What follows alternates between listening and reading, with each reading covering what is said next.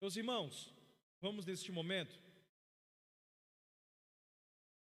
capítulo de número 2, coloca aí, Carlos Jorge, capítulo 2, nós já ministramos a respeito sobre os atributos naturais, aprendemos também sobre os atributos morais, aprendemos também sobre os atributos de poder. Quem lembra? Onipresença, onisciência e onipotência.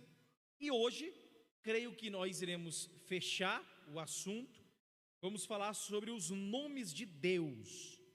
Nomes de Deus, outros nomes de Deus e sobre as obras de Deus. Queremos encerrar hoje, para a honra e glória do Senhor, pelo menos o capítulo 2, mas são mais de 20 capítulos. E já estamos no 6º encontro da nossa ministração, tá bom?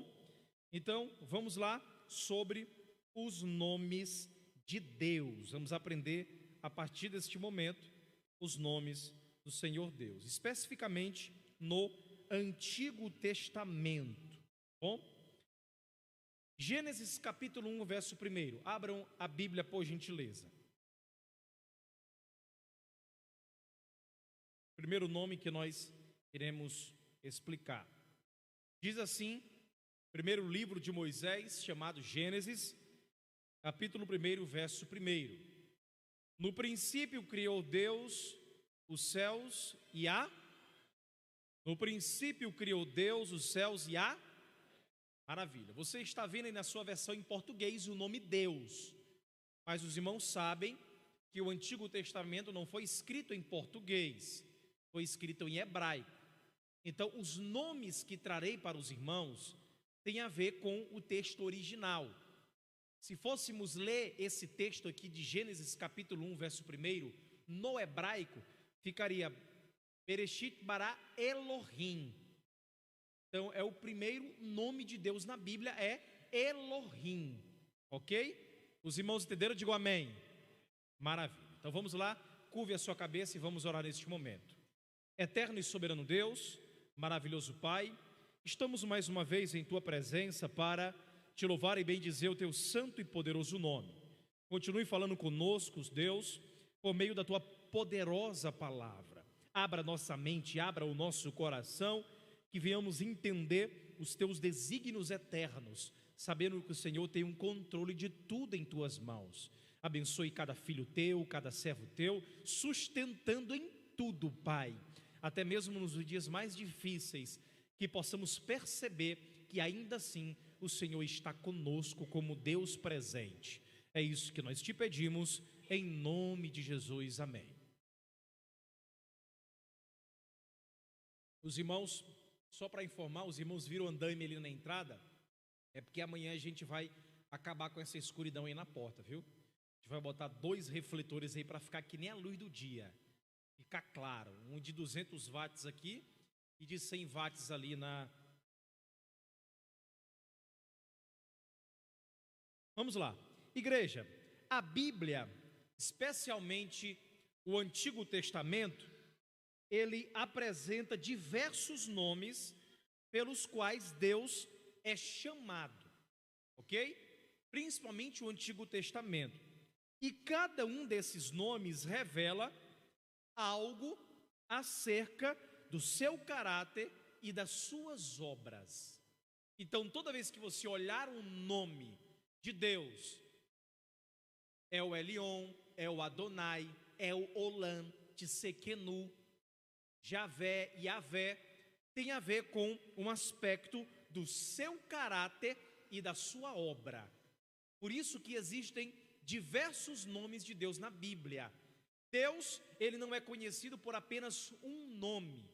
Se você olhar para pastor Israel Lucas, você sabe quem é Israel Lucas.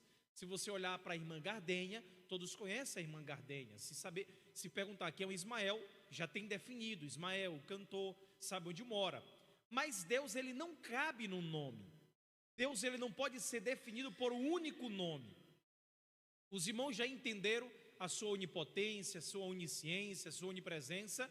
Ele é um Deus eterno, um Deus que é imutável, um Deus que é ao mesmo tempo cognoscível e ao mesmo tempo incompreensível. Vocês lembram disso? Digam amém. Então, Deus, ele não pode ser definido em um nome e um sobrenome.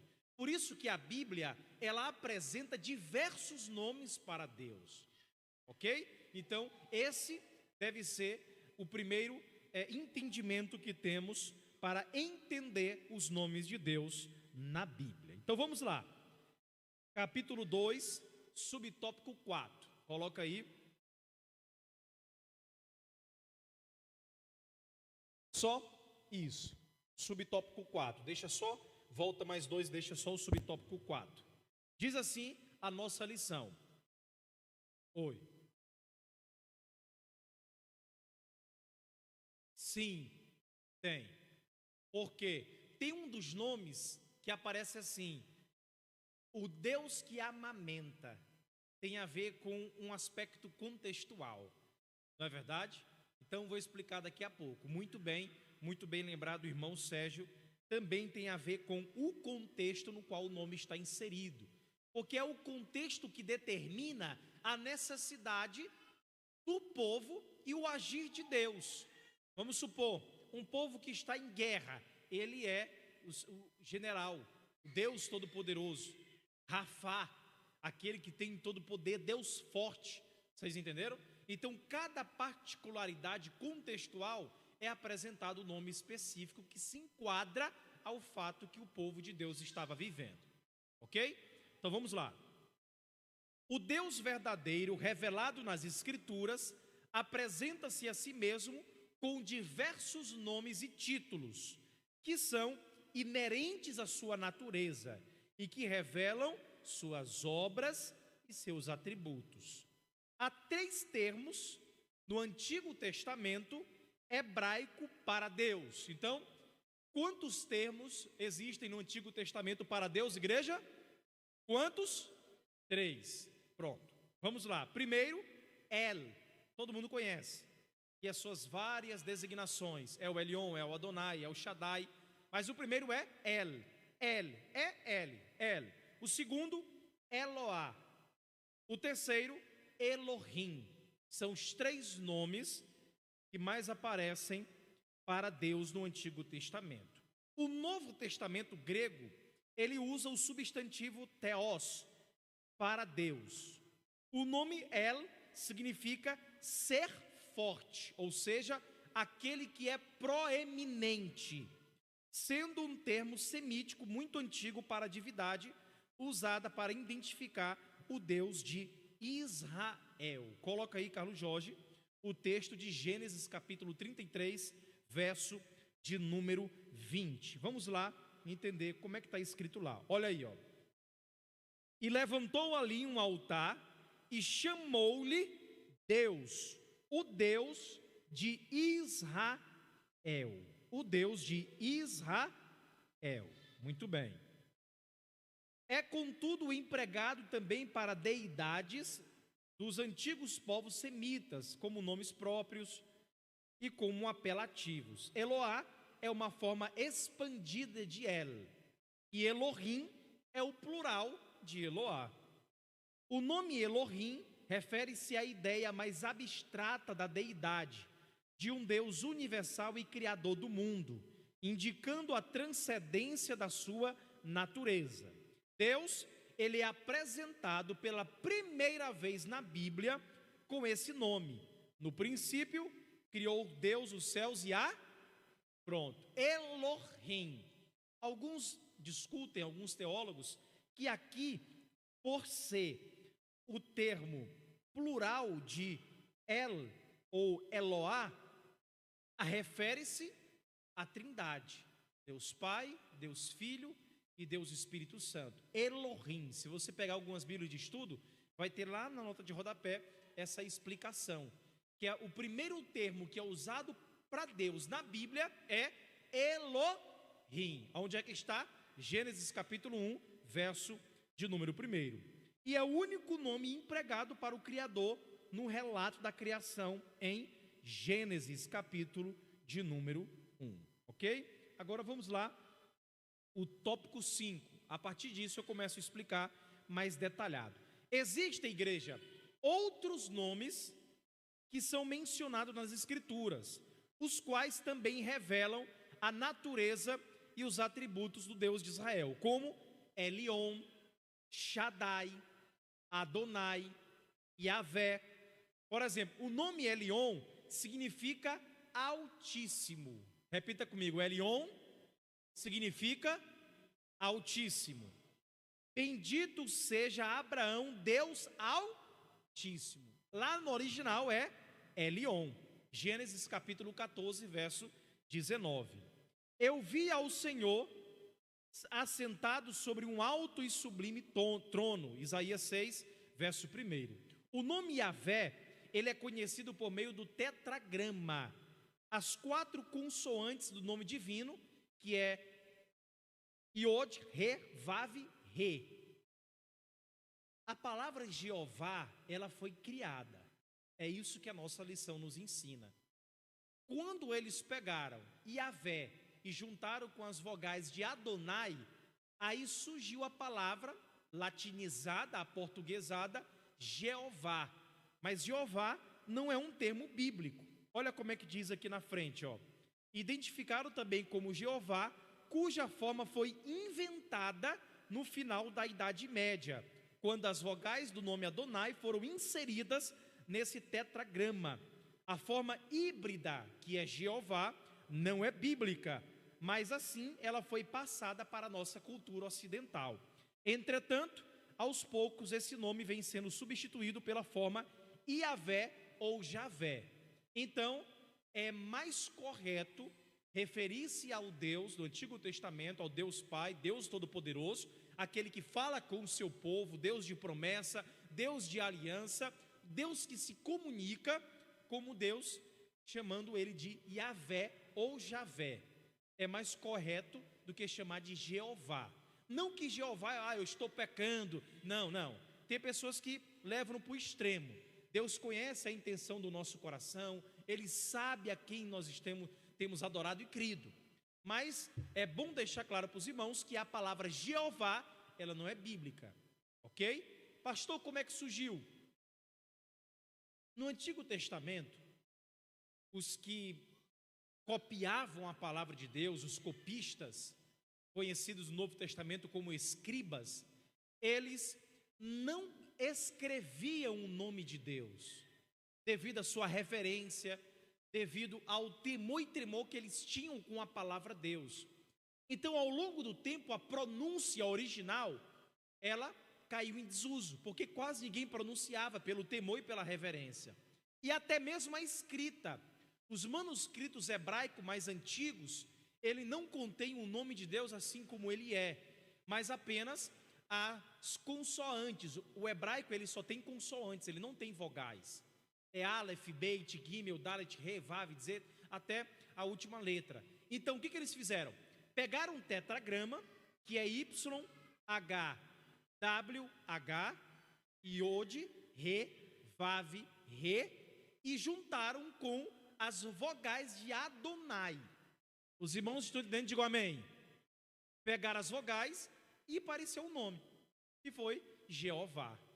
Então, o mais correto seria Yahvé ou Javé, ok? Seria a maneira mais correta de pronunciar o nome de Deus, que é o que tem mais ocorrências. São mais de 2.000 ocorrências no Antigo Testamento para Yahvé ou Javé.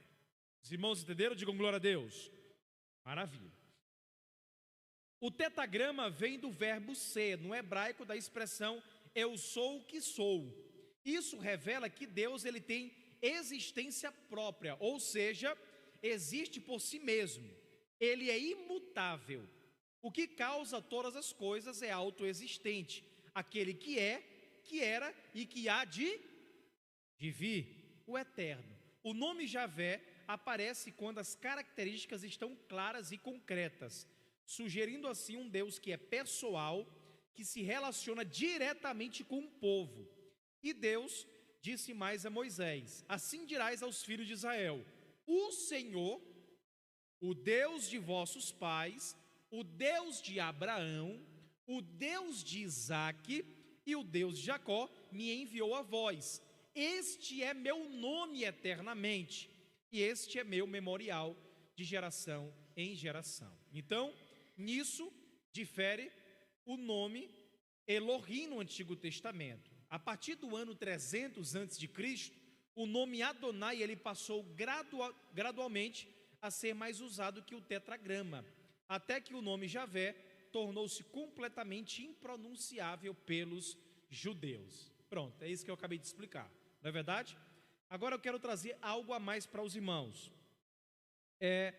Elohim significa o quê? Deus Altíssimo, ou alguém forte. Se perguntar para você, o que significa Elohim? Você fala, alguém, vamos lá, o que significa Elohim? Alguém forte. Aonde é que está? Gênesis capítulo 1, verso 1. O que é que significa Adonai? Senhor.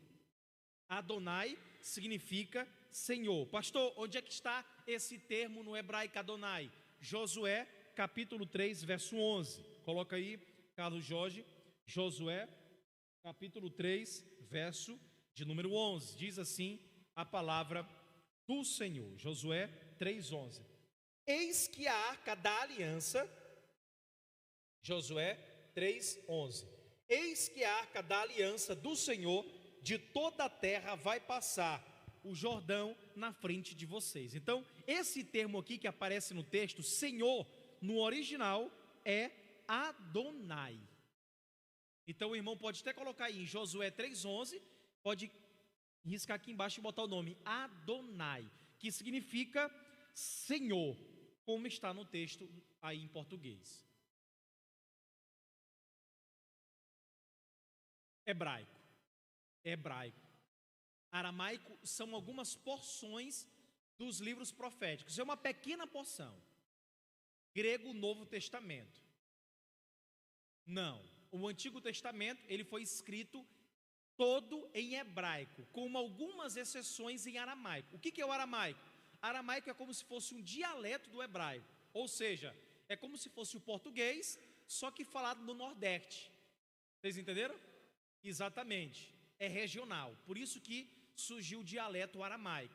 O grego não, já é uma outra língua, já faz parte de outro grupo de família de linguagens, né? Parece que são indo-europeias, já é outro grupo de linguagem, perfeito?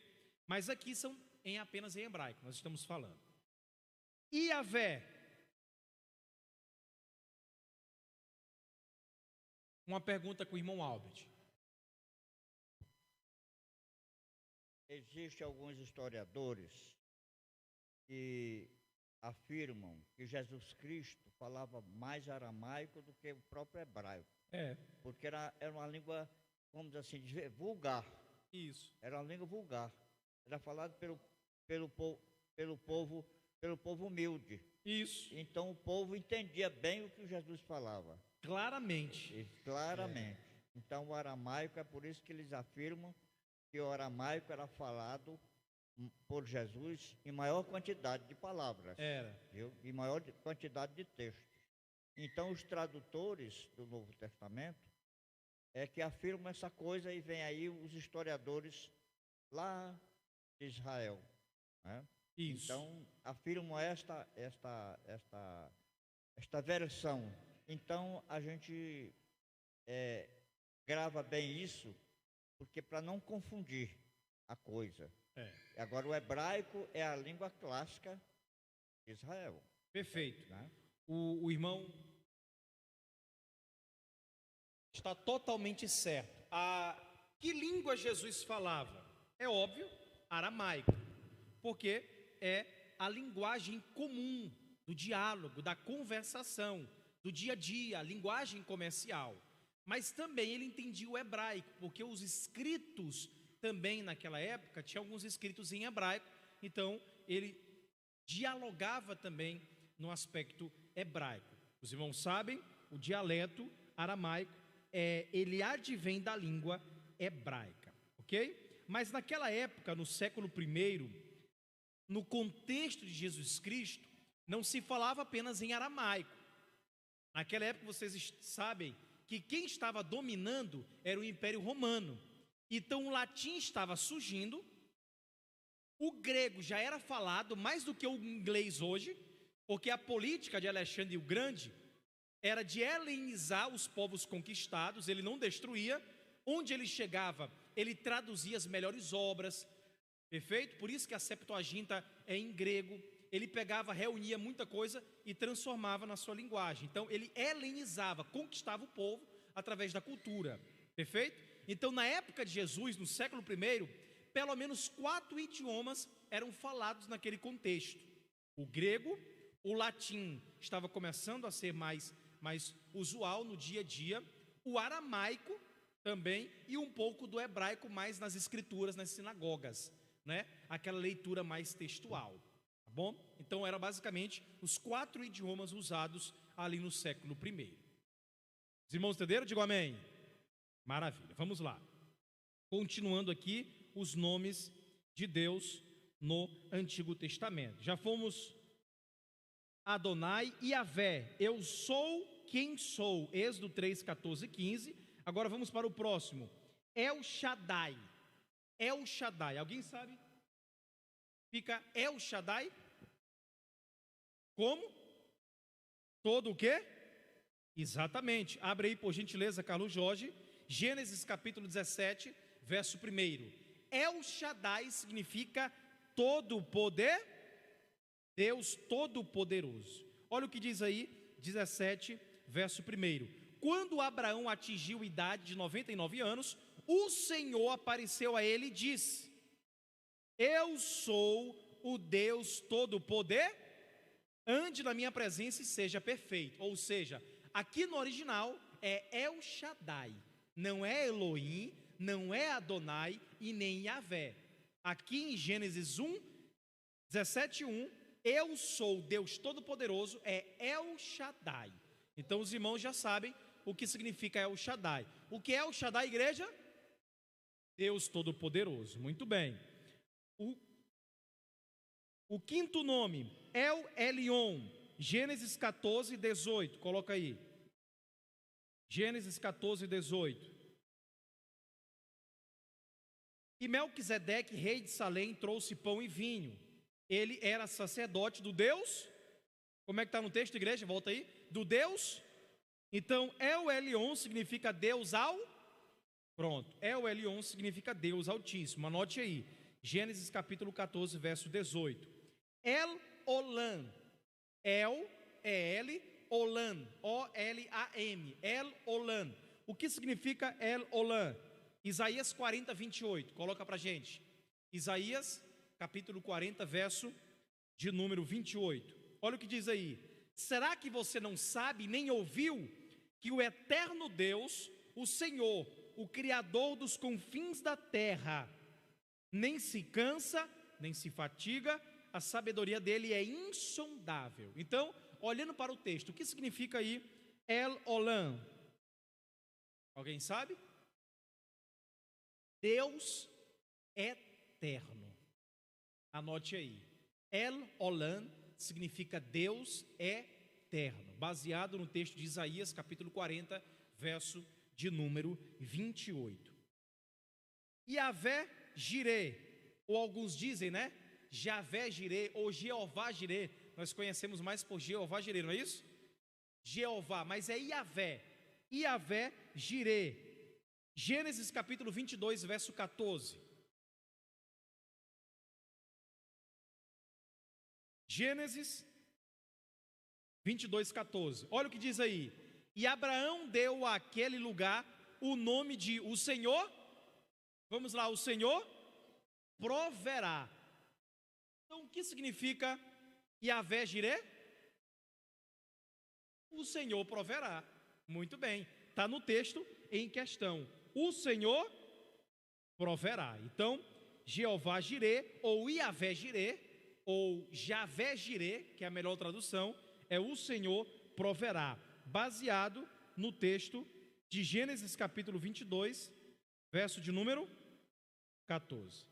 O próximo, Jeová Nissi, ou Yavé Nissi, ou Javé Nissi. Quem sabe o que é Javé Nissi? Coloca aí, Carlos Jorge. Êxodo 15, 17. Muito bem. O Sérgio lembrou. O Senhor é a minha. Só quem tem o Senhor como a sua bandeira, diga glória a Deus. Javé Nissi. Muito bem. Significa, o Senhor é a minha bandeira. Está aí, ó.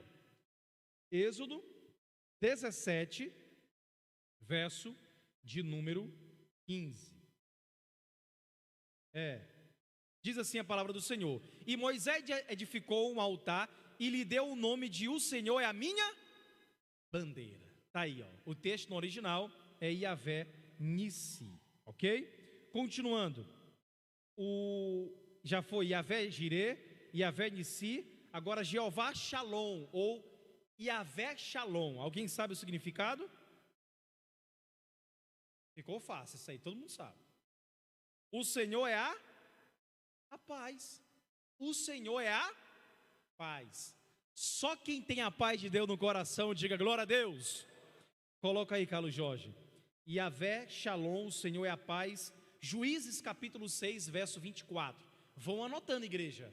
Juízes 6, 24. Javé Shalom. Olha o que diz aí, ó. Então Gideão edificou ali um altar ao Senhor e lhe deu o nome: o Senhor é paz. O Senhor é paz. Então significa no original Javé Shalom.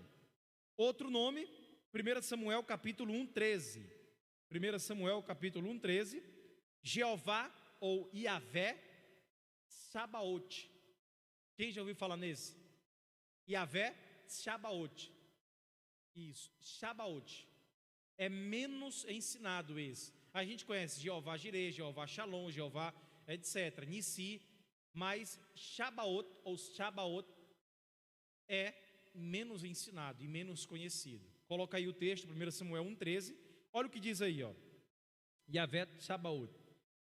Porque Ana só falava, 1 Samuel 1,3. 1,3.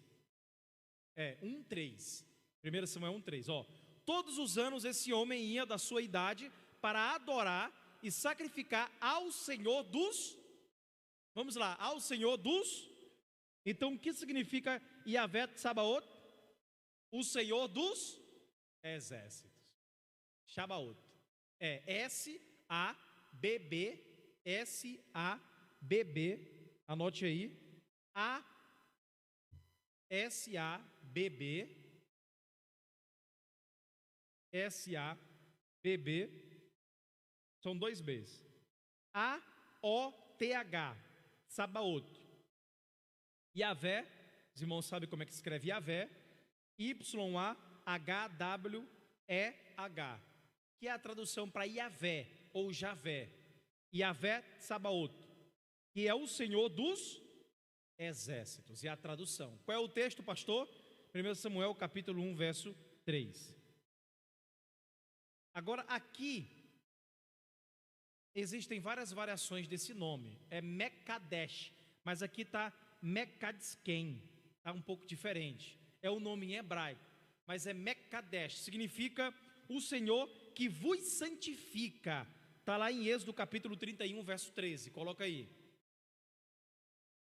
Javé Mekadesh, mas aqui está Javé Mekadesken. Um pouco difícil, né? Vou soletrar para os irmãos, para vocês anotarem aí, tá bom?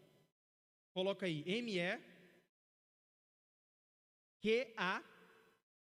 são 2D, D-D, I-S-H, o K-E-M. K-E-M. Está lá, o Senhor que vos santifica. Êxodo 31, 13. Êxodo 31, 13. Olha o que diz a palavra do Senhor. Êxodo 31, 13. Fale aos filhos de Israel e diga-lhes o seguinte: certamente vocês guardarão os meus sábados, pois é sinal entre mim e vocês de geração em geração, para que vocês saibam que eu sou o Senhor que os santifica. Então, se você olhar no original, está essa palavra lá. Uma palavra bem difícil, mas que significa o Senhor que vos santifica. Quem nos santifica é o Senhor. Agora esse aqui também é muito conhecido, Yahvé Tsekenu. Tem até aquela música, né? Não sei se esse irmão ainda é crente. Quem compôs ela, qual é o nome dele? Jeová Rafa, meu Senhor, cura toda dor, Tsekenu. Não é assim? E na justiça. Então, quando ele fala Tsekenu, é esse nome aqui, Yahvé Tsekenu, que significa o Senhor, justiça nossa.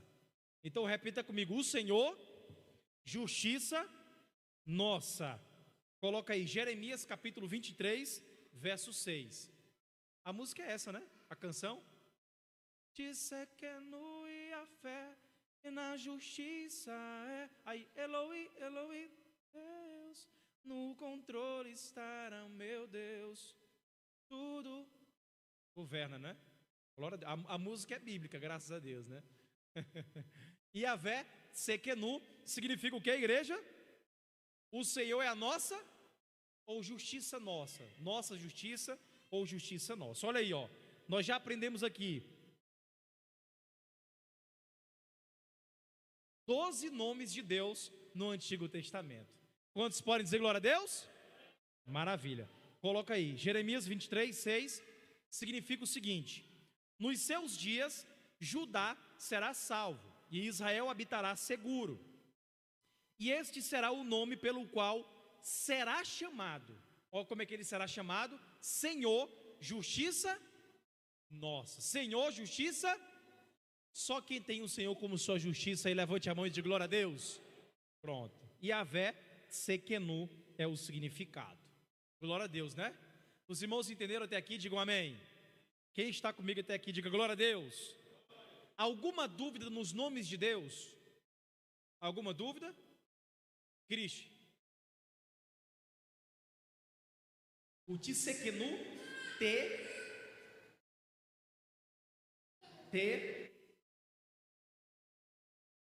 S-I, K-E.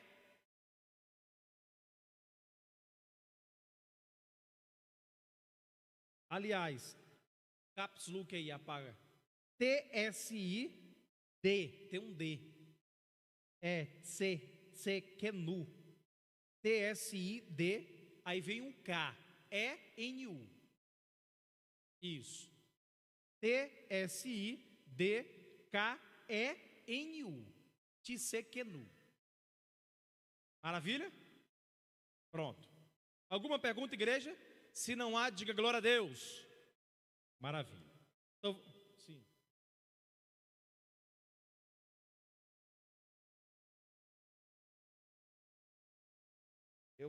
Apenas uma observação. Eu conversando, e um acréscimo. Eu conversando com as pessoas, eu falei alguma coisa a respeito de alguns nomes de Deus. Ah, mas Deus tem muitos nomes. Que tamanho é Deus? Olha aí, ó. Que tamanho é Deus? Eu digo, Deus não tem tamanho. Ah, e de que forma é Deus? Deus não tem forma, no meu entender. Deus não tem forma. Deus, quando criou o mundo, Bereshit bara Elohim, ele apenas assumiu a forma que nós somos, no meu entender. Sim. Pois bem, e aí criou o homem, a sua imagem e semelhança, conforme a Bíblia fala. Pois bem, isso eu conversando com um grupo de amigos. E alguns com muitas interrogações. Mas Deus tem esses nomes todos, eles têm. E justamente o que o pastor está explicando é excelente. Basta apenas a gente, nós, sobretudo nós que estamos aqui em cima desse púlpito, nós temos essa obrigação de estudar isso, aprender, porque nós estamos inquiridos lá na rua. E a gente tem que ter uma resposta plausível, que seja aceitável pelas pessoas. E a gente é muito inquirido. Eu tenho conversado muito com pessoas, com grupos, e tenho entendido bem essa situação. E é por isso que eu estou fazendo esta observação, porque Deus, na verdade, não tem tamanho. Você vê que os nomes que é dado aí, o pastor explicou muito bem, eu estou aqui atento, e não para corrigi-lo, muito pelo contrário, também estou aprendendo. Eu também estou aprendendo. Pois bem, e a gente vê que cada situação, Deus tem um nome, é porque Ele se expressa de acordo com a nossa necessidade, de acordo com a nossa vontade, o nosso coração, para que ele seja entendido por todas nós. E hoje a gente busca, como o pastor está fazendo, levar à igreja esses nomes, para que a gente possa perceber o valor, o tamanho, a grandeza, a força do Senhor nosso Deus. Aleluia. E é por isso que a gente tem que ler essas coisas, estudar com atenção. Estudar isso com atenção. Eu fico muito grato a Deus. Eu comprei esse livro, pastor. Sim. Aí estava na porta um vendedor de livro, aí eu comprei, vi o livro e comprei. E cheguei em casa, comecei a ler, mas tem umas coisas que eu estou aprendendo aqui. E a gente começa a pesquisar e a ler e a buscar. Isso vale a pena. Esse livro, eu acho que era todo crente devia ter. Todo cristão. Todo assembleano. Tá? Eu devia ter, porque, na verdade, é um credo muito bem estruturado, levado à igreja e a todos nós, para que a gente possa realmente ser crente verdadeiro. Essa que é a verdade. Eu conheço o credo da Igreja Católica. Eu conheço. Fui católico durante 61 anos, mais ou menos. E fui coroinha, sendo missa em latim, enfim. Li Bíblia, li a porção de coisas, mas não dava tanta atenção e não tinha tanto aprendizado como eu, depois que eu tenho só 20 anos de crente. Mas, graças a Deus, eu sou hoje, me considero salvo. Glória a Deus. Muito considero salvo. E exatamente porque hoje a palavra de Deus está aqui na minha mente, no meu coração, mais clara, com mais firmeza. E a gente tem que dar muita atenção, porque senão, quanto mais a gente aprende, mais a gente pode errar. Mas também pode amar muito mais. Isso aí é que é verdade. Louvado seja Deus. Quantos podem glorificar a Deus? Por que é importante nós entendermos os nomes de Deus? Porque nós entenderemos o que Ele fez e fará por cada um de nós. Olha, Deus, Ele é tudo. Ele é todo poderoso. Deus é altíssimo. Deus é eterno. Pastor, eu estou prestando, o Senhor proverá. São os nomes que são revelados na Bíblia.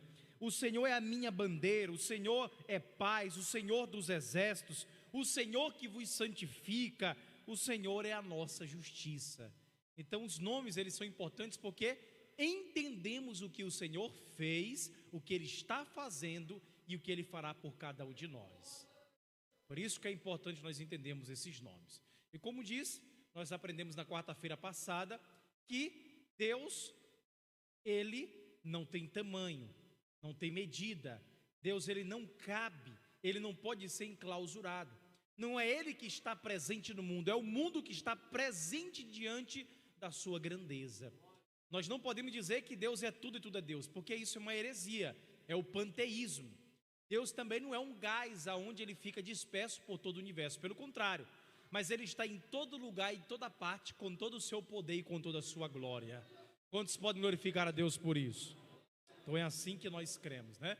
Nós aprendemos isso na onipresença de Deus. Louvado seja o Senhor. E para encerrar a igreja, sobre as obras de Deus, o subtópico 6, aí na próxima quarta-feira, passando nessa na outra, que eu estarei aqui com vocês, iremos aprender sobre a Trindade. Aí aqui vai ser mais um pouco criterioso, né? A Trindade. Mas vamos lá. A Bíblia ensina que o universo foi planejado por Deus antes de ser criado. Planejamento, origem e manutenção de todas as coisas no céu e na terra envolvem governo e preservação de toda a criação. Tudo foi criado com um propósito. Efésios 3:11. Segundo o eterno propósito que fez em Cristo Jesus, o nosso Senhor. Deus, ele trouxe o universo à existência do nada e de maneira instantânea, pela sua soberana e livre vontade. Os decretos ou conselhos divinos são o plano eterno e imutável de Deus, claramente revelado nas Escrituras, que dizem respeito à vontade e ao propósito de Deus, tais como a criação, a encarnação do Verbo, a eleição de Jesus como Salvador e a eleição de Israel e da Igreja.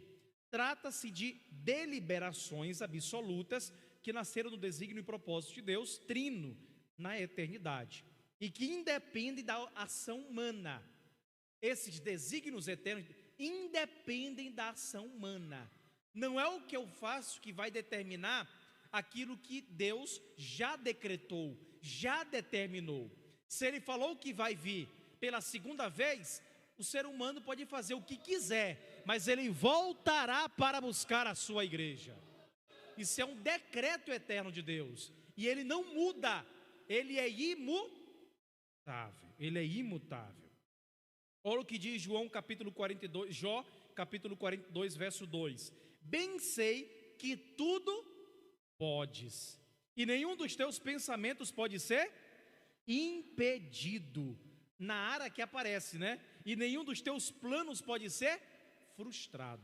Então, a providência divina é a atividade de Deus na preservação, concorrência e governo de todas as criaturas e de tudo que ocorre na criação até seu destino final. A preservação é o cuidado divino em conservar e manter todas as coisas criadas. Hebreus capítulo 1, verso 3 fala: sustentando todas as coisas pela palavra do seu poder.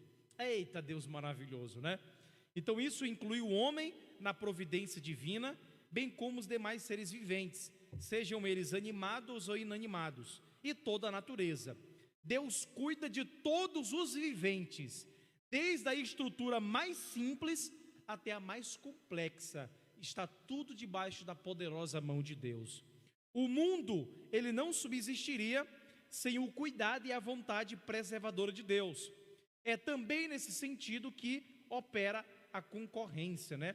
Por seu turno, o governo divino não é um controle meticuloso, ao ponto de excluir a liberdade humana. O seu reger por direito fixa limites a essa liberdade. Olha o que diz Atos 17, 28. Porque nele vivemos e nos movemos e existimos somente por meio dele. Igreja, Deus é tão poderoso que Ele tem controle de todas as coisas que existem na terra, debaixo da terra e em cima nos céus. Tudo está debaixo da sua vontade e do seu controle. Tudo, tudo, tudo, tudo, tudo. Esse é o Deus que nós criamos. Então, o fato dele estar no controle de tudo não significa que ele interfere no processo o tempo todo. O ser humano, ele tem liberdade, sim ou não? O ser humano, ele tem um livre-arbítrio, sim ou não? Mas o livre-arbítrio dele é corrompido. O homem é totalmente depravado.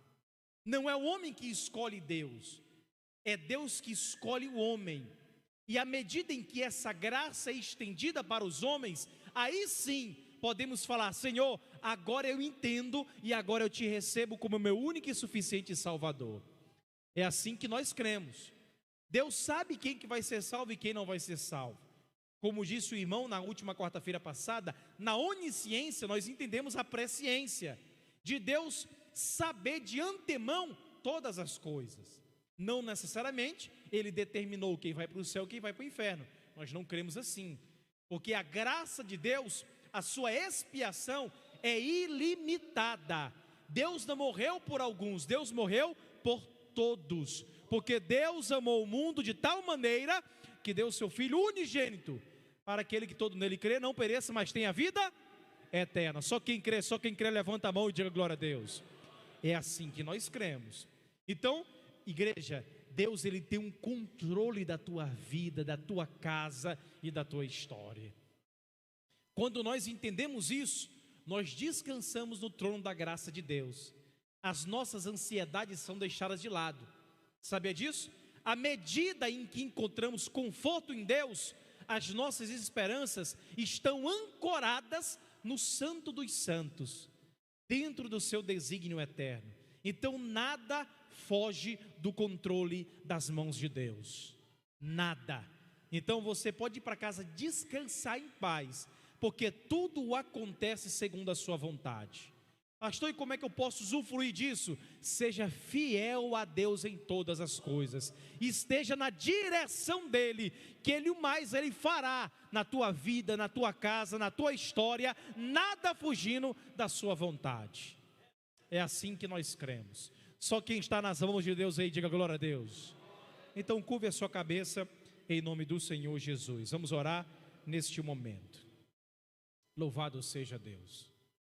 Eterno e soberano Deus, maravilhoso Pai, nós te louvamos, Senhor, porque sabemos que o Senhor está no controle das nossas vidas, porque nós entendemos o que o Senhor tem feito pelo teu povo, pela tua igreja, aquilo, Pai, que o Senhor tem construído através da história, para demonstrar a tua grandeza e a tua graça sobre as nossas vidas. Deus de todo poder, que possamos descansar em Ti, que possamos, Pai, encontrar aconchego em Teus braços, sabendo que o Senhor é o Deus Altíssimo, sabendo que o Senhor é o Deus Eterno, entendendo que o Senhor é o Deus Todo-Poderoso, o Deus que sustenta, o Deus que derrama graça, o Deus que derrama misericórdia, o Deus que provê, o Deus que santifica, o Deus que protege, o Deus que é justiça, o Deus que é amor, o Deus que é eterno, o Deus que dá vida e vida em abundância. Senhor Deus, nós te louvamos, porque tudo está em tuas mãos, tudo que acontece está no controle da tua vontade. Então a tua igreja deve apenas levantar a mão para o céu e te adorar em espírito e em verdade, porque nós temos um Deus que não é feito pelas mãos humanas, um Deus que não é de prata, um Deus que não é de ouro, um Deus que não é de madeira e nem de gesso, porque o nosso Deus vive eternamente em nossos corações. Esse é o Deus que nós cremos, esse é o Deus Todo-Poderoso, que está aqui no nosso meio e em cada um de nós, um Deus que está na nossa casa e no caminho para ela, um Deus que não perde o seu povo de vista, um Deus que tem cuidado de cada um de nós. Deus Todo-Poderoso, nós te louvamos, nós te exaltamos, para todo sempre, em nome de Jesus, amém. Glória a Deus. Eu convido